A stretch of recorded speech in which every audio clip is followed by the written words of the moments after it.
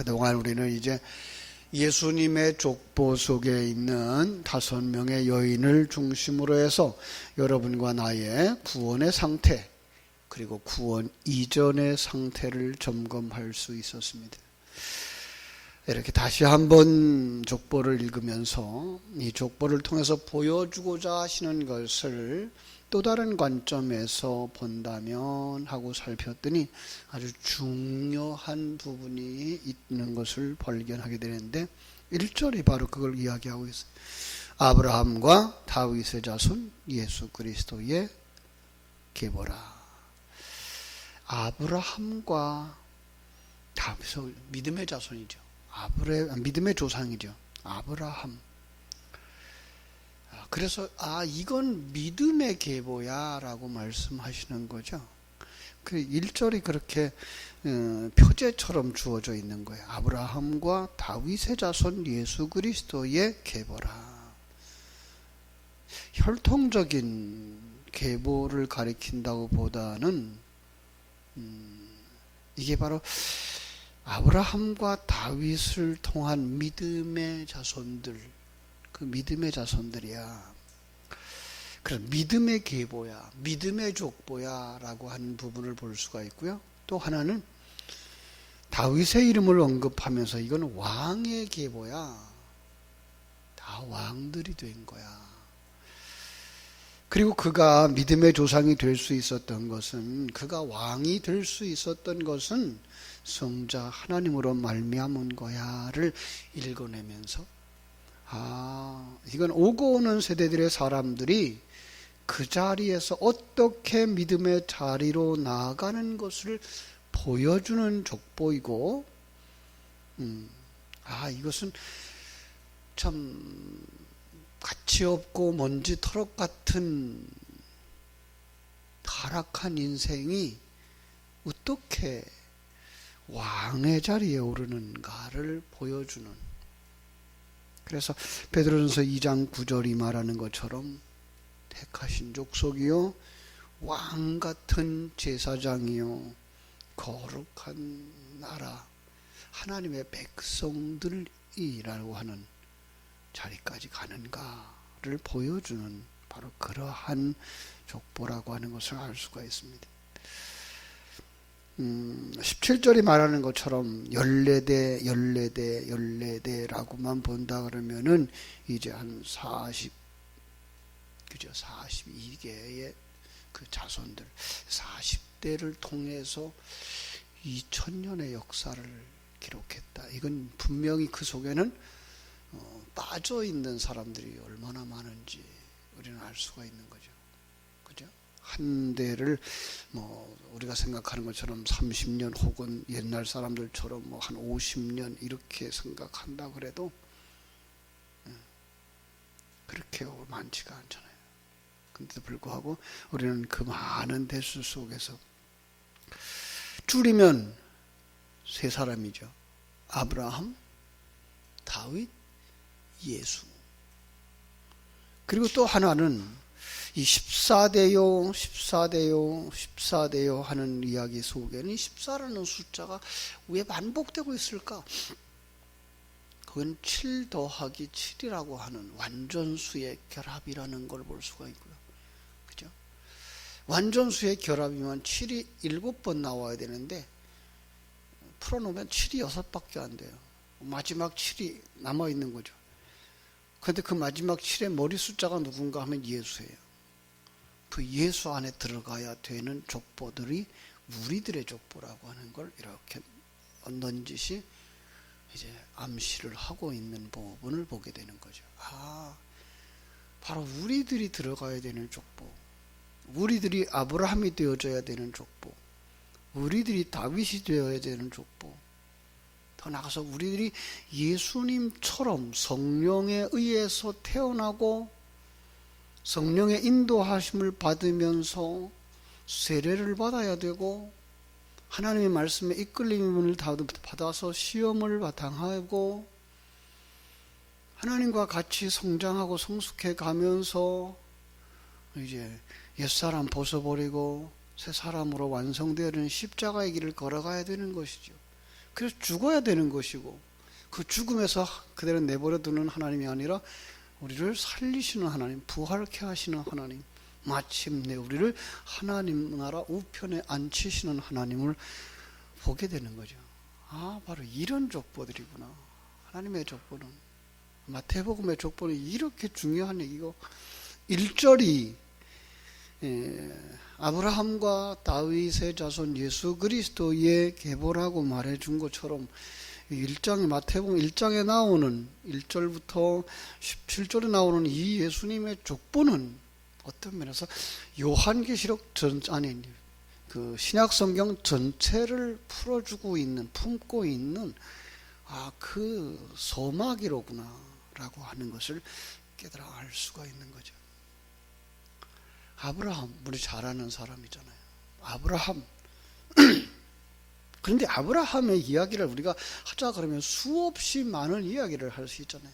여러분 잘 아시듯이 아브라함의 설교 많이 듣잖아요. 그 아브라함. 그런데 그 아브라함의 그 길고 긴 여정을 이렇게 짧은 시간에 이야기하라고 한다 그러면 그것은 아주 간략할 수 있죠. 그것은 바로 우리들의 모습이죠. 우상 숭배하던 자리에서, 갈대아 우르에서 그 우상, 아버지도 우상 섬기는 자고 자기도 우상을 만들어 파는 자고 그걸로 먹고 사는 자고 우상을 숭배하는 것이 삶의 전부였던 사람, 우리들의 모습인 거죠. 거기서 어떻게 해요? 하나님이 찾아오셔요. 하나님이 그를 부르셔요.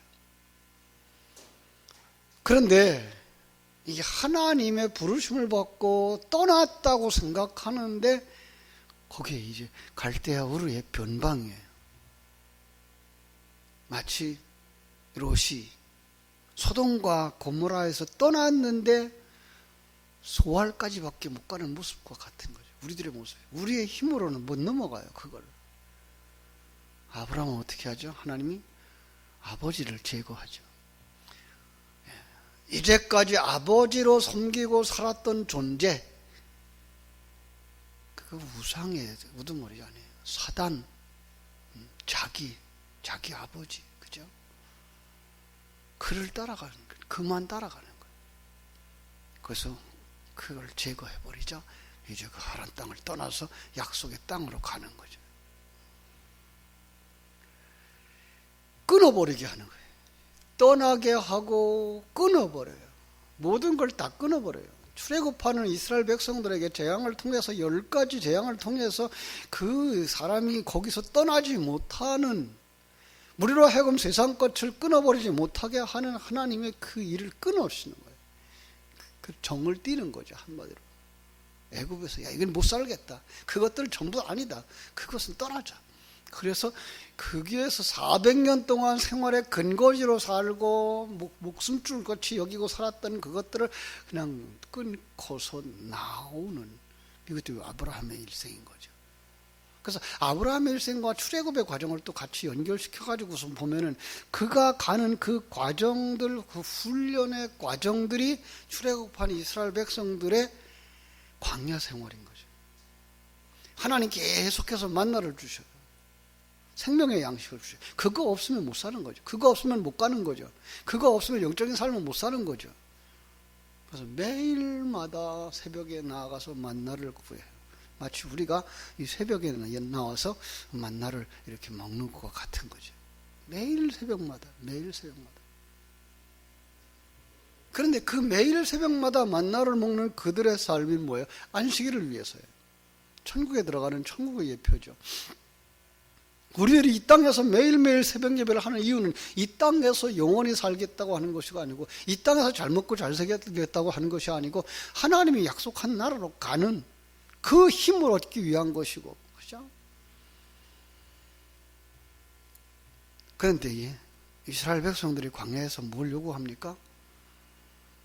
보양식품 달라는 거예요. 보양식품. 애굽에서 먹던 거 나 좀 살려달라는 거예요. 나 기운 돋아달라는 거예요. 내가 살겠다는 거예요. 나 하나님은 너 아니고, 자기를 부인하고 자기 십자가를 지고 줄을 춰야 되는 거야. 너는 죽어야 되는 거야. 그래서 만나를 주시는 거예요. 그럼 만나는 뭐예요? 기운이 쇠하게 하는 거예요. 나를 죽이는 거예요. 그런데 그걸 싫다는 거죠. 뭐 달라는 거예요? 애굽에서 먹던 거 달라는 거죠. 그러면 뭐예요? 나를 키우는 거, 우상 숭배하는 것 쪽으로 가자는 거죠. 하나님이 어떻게 해요? 그때마다 제거하시죠. 그때마다 끊어버려요. 넘어지게 하고 거기서 건져내고. 그것을 출애굽의 아브라함의 일생 속에서는 아브라함이 그 아내를 그 바로에게 시집 보내는 모습으로 그려내는 거죠. 세상과 짝하고 싶은 거죠. 세상 것 얻고 싶은 거죠. 거기에 안주하고 싶은 거죠. 우리의 모습이에요. 우리의 모습. 그때마다 하나님은 어떻게 해요? 끊으시는 거죠. 창피도 주고 부끄러움도 당하게 하고 다툼도 일어나고 그러면서 하나님의 말씀에 온전히 순종하도록 만들어 가시는 그 하나님을 우리는 볼 수가 있는 거죠. 마침내 전혀 불가능할 것 같았던 아들이 태어나죠. 하나님이 원하시는 것은 그 새 아들이에요. 옛사람 죽여버리고 그 속에서 새 사람 만들어내는 거. 그걸 뭐예요? 아들을 태어나는 그림으로 그리는 거예요. 전혀 불가능하죠. 우리가 어떻게 새 사람이 되어서 어떻게 이 세상의 것을 넘어선 하나님의 나라를 보게 돼요. 하나님의 일하심을 어떻게 알게 돼요. 우리는 전혀 이해를 못하죠. 그것을 어떻게 다 알겠어요. 우리가 하나님의 나라를 어떻게 다 설명하겠어요. 하나님의 일하심을. 그런데 결과는 되어지고 있잖아요. 그 결과는 이삭이 태어나는 거예요. 경수가 다 끊어졌던 여인. 아기를 낳는다는 건 정말 우스운 얘기예요. 우리가 지금 쭉 살펴봤던 이 여인들의 얘기가 거기 나오는 거 아니에요. 다말과 같은 사람이 어떻게 아들을 낳을 수 있으며, 라합과 같은 사람이 어떻게 아들을 낳을 수 있으며, 우리아의 아내가 어떻게 솔로몬을 낳을 수가 있어요. 마리아가 어떻게 예수를 낳을 수가 있어요. 이게 다 뭘 그려요? 우리가 어떻게 하나님의 사람이 될 수 있어요.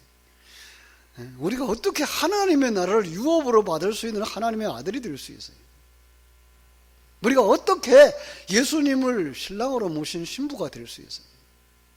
우리가 어떻게 우상 덩어리인 우리가 다 자기를 다 비워버리고 성전이 될 수 있어요. 그런데 되어지는 거예요. 누가 하는 거예요? 하나님이 하시는 거죠. 이걸 아브라함의 일생 속에서 이야기하는 거죠. 그렇죠? 여러분, 우리의 생각에는 불가능해 보일지 모르지만 우리 하나님은 우리를 그렇게 만들어 가시는 줄로 믿습니다. 다윗은 어떠합니까? 다윗, 사람들이 돌아보지도 않는 사람, 있는지 없는지도 모르는 사람. 아니, 아버지도 인물이 될 거라고 기대도 하지 않았던 아들이에요. 이게 우리 모습이에요. 우리 모습. 사무엘이 기름 부으려고 갔어요. 아들들 다 불러왔어요. 누구만 빼고? 다윗만 빼고. 그런데 하나님이 그런 우리를 택하신 거예요. 그런 우리를 부르신 거예요. 그리고 왕의 심부름꾼으로 만드는 거예요. 왕을 돕는 자로 만드는 거예요. 그 과정을 거쳐가면서 마침내는 다윗을 왕으로 세우시는 하나님. 그렇습니다. 우리가 어떻게 왕이 될 수 있어요? 근데 우리를 왕이라 그래요. 이제는 우리가 내 안에 사는 게 내가 아니라 그리스도이기 때문에 우리를 왕이라고 말할 수 있는 거죠. 그게 어떻게 가능해요? 하나님이 하시니 가능한 거예요. 그게 어떤 성자 예수 그리스도의 사역인 거죠. 그래서 우리들의 그 변화의 시작점을 이제 거듭남이라고 말하는 거죠. 요한복음 3장이 말하는 것처럼 사람이 거듭나지 아니하면 하나님 나라를 볼 수 없어요. 하나님의 가치관을 가질 수가 없어요. 이 세상에 있는 게 전부인 것처럼 보이고, 많이 가진 게 행복한 것처럼 보이고, 높은 자리에 올라간 게 행복한 것처럼 보이고, 오래 사는 게 행복한 것처럼 보이는 그 가치관을 그저 하나님은 부숴버리고,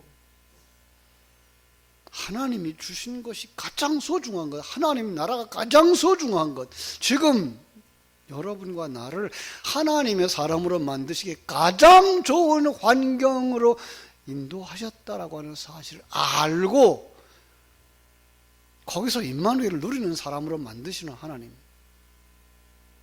여러분, 여러분이 지금 형편이 여러분을 하나님의 사람으로 만드는 가장 좋은, 그래서 감사가 넘치고 감격할 수밖에 없는 환경이라고 믿습니까? 우린 그게 잘 안 돼요. 그죠? 더 나아졌으면, 예. 더 나아진들, 여러분, 하나님이 여러분에게 주신들, 수십억의 재산을 가지고 수백억, 수조 원의 재산을 가진 사람들의 마지막이 어떻든가요? 빈손 들고 가요, 빈손 들고 가. 그거는 그냥 우리 하나님이 우리를 통해서 세상에 하나님의 나라를 펼치고 하나님의 뜻을 펼치라고 주시는 도구들일 뿐인 거예요. 더 많으면 뭐 하루 종일 5끼, 6끼 먹습니까? 기껏해야 3끼 먹잖아요. 잘 사는 사람일수록 그 3끼도 못 먹더라고요. 그 가지고 있는 게 뭐 이게 있어요? 우리가 돈을 함부로 쓴다, 마음대로 쓴다 그런들 얼마나 쓰겠어요? 그런데 우리는 한없이 욕심을 부리고 살아요. 있는 것에 만족할 줄 모르고. 그런데 거기서부터 어떻게 돼요? 만족으로 갈 수 있는 거예요. 아, 하나님이 나를 만드시는구나. 이게 뭐예요? 죽는 거예요. 이게 십자가 지는 거예요. 하나님이 주인이시구나. 내가 주인인 줄 알았더니 하나님이 주인이시구나. 하나님이 인도하시는 것이 가장 좋은 것이구나. 하나님이 허락하신 것이 가장 복된 것이구나. 여러분, 이 눈이, 이 은혜가 여러분 삶 속에 넘쳐나기를 주님의 이름으로 축원합니다. 그게 신앙입니다. 그래서 이스라엘 백성들 속에, 그 성경 속에 있는 수많은 역사 속에 거기가 있는 거예요. 사자굴에 들어가도 거기서 평안을 누리는 거예요. 풀무불 속에 들어가도 거기서 정말로 유유자적할 수 있는 거예요. 바벨론에 포로로 잡혀갔는데 거기서 평안을 누리며 사는 거예요. 여러분, 그들의 생활이 평안했겠습니까? 그런데 평안한 거예요. 요셉의 모습 보세요. 물구덩이에 던져져요. 노예로 팔려가요. 믿음 생활 잘 하려고, 건강한 생활 하려고, 그런데 거기서 감옥에 던져져요. 그걸로 끝나면 불행하지만 하나님은 어떻게 하신다고? 우리를 이 세상에서 우리의 과정을 다 거치고 나면 하늘나라에서 하나님의 아들의 자리에 우리를 세우신다고요. 그리스도의 신부의 자리에 우리를 세우신다고요. 성전의 자리에 우리를 세우신다고요. 이걸 이 족보에서 볼 수 있어야 돼요. 아, 내가 거기에 가겠구나. 그 자리는 내 자리구나. 여러분도 아마 족보를 가지고 계실 텐데, 그 족보에 그 많은 페이지를 넘어가서 여러분의 이름이 들어가 있죠. 그죠? 아직 글이 들어가 있지 않는 분들은 이제 얼마 있으면 그 뭐라 그래요? 회의들 하잖아요. 가문에서들. 그때 가서 기록하지요. 여러분, 그 이름이 여기 들어가요. 여러분의 이름이. 그래서 하늘나라 생명책에 기록된다라는 말을 우리가 하고 있는 거죠. 여러분의 이름이 여기 족보에 올라가서 영원히 변치 않는 하나님의 사람으로 예수님처럼, 다윗처럼, 아브라함처럼 천국의 한 부분이 되어지기를 주님의 이름으로 축원합니다. 기도하겠습니다. 하나님 우리 아버지,